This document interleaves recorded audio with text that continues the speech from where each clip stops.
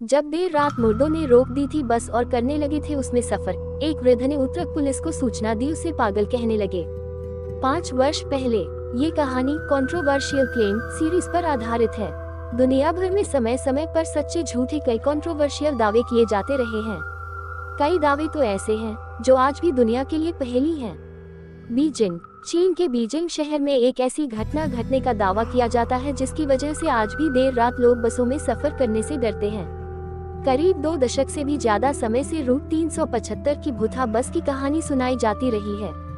ये कहानी कितनी सच्ची है साफ नहीं है। बीजिंग की वेबसाइट समेत कई अंग्रेजी वेबसाइट्स पर कहानी वायरल है, पर जो भी इसे सुनता है वो इस रूट की बस पर कभी नहीं चढ़ता।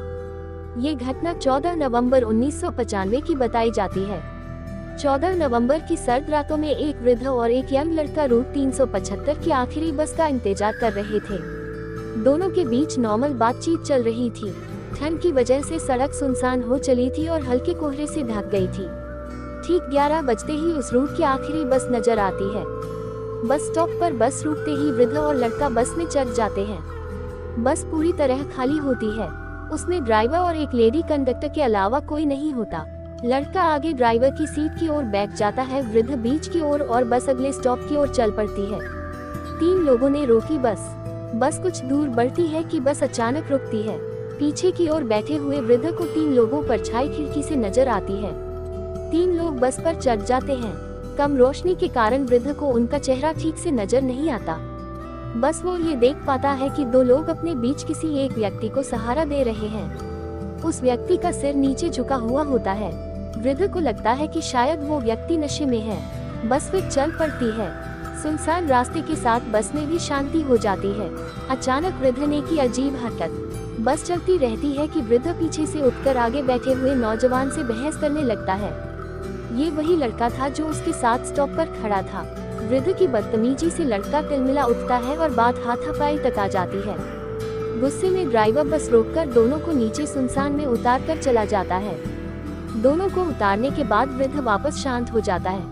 तभी लड़का उससे पूछता है कि वो उससे बेवजह क्यों झगड़ा।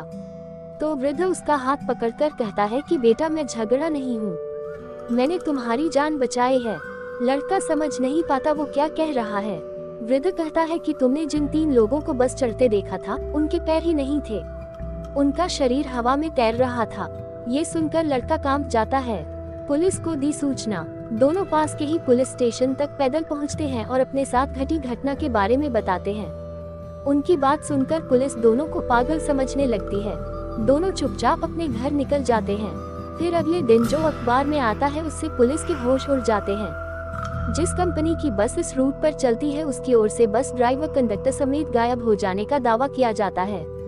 पुलिस आनन फानन में वृद्ध और उस लड़के को खोजने लगती है जो देर रात आए थे। दोनों मीडिया को अपनी कहानी बताते हैं कि अगले ही दिन बस का पता चल जाता है। 100 किलोमीटर दूर नदी में मिली बस। पुलिस अगले दिन एक बस एक्सीडेंट की सूचना मिलती है। ये वही बस होती है जिसका जिक्र वृद्ध और उस लड़के ने किया था। पुलिस की नींद उड़ जाती है। बस को पानी से निकाला जाता है तो खौफनाक दृश्य सामने आते हैं। उसमें से ड्राइवर और कंडक्टर की लाशें मिलती हैं। इसके अलावा 3 बुरी तरह सड़ी हुई लाशें निकलती हैं। साइंटिफिक टीम भौचक्की रह जाती है। उनके मुताबिक 48 घंटे के समय में कोई लाश इतनी बुरी तरह खराब नहीं हो सकती, जबकि ड्राइवर और कंडक्टर लाशें ठीक स्थिति में थी। इससे इस बात को बल मिलता है कि वो 3 शरीर क्या सचमुच प्रेत आत्माएं थीं। इन बातों से पूरे शहर में फैला खौफ। इतना ही नहीं, दावा ये भी किया जाता है कि जब पुलिस ने बस की जांच की तो उसके फ्यूल टैंक में डीजल की जगह खून भरा हुआ मिला। ये देख पुलिस विभाग भी परेशानी में पड़ गया। उन्हें भी लगने लगा कि उस वृद्ध और लड़के ने जो कहानी सुनाई थी वो सही थी। सबसे खौफनाक बात ये थी कि बस आखिरी स्टॉप से 100 किलोमीटर आगे जिंगशान शहर के पास एक नदी में मिली थी, जबकि रिपोर्ट्स के मुताबिक बस में इतना डीजल था ही नहीं कि वो 100 किलोमीटर का सफर तय कर सके।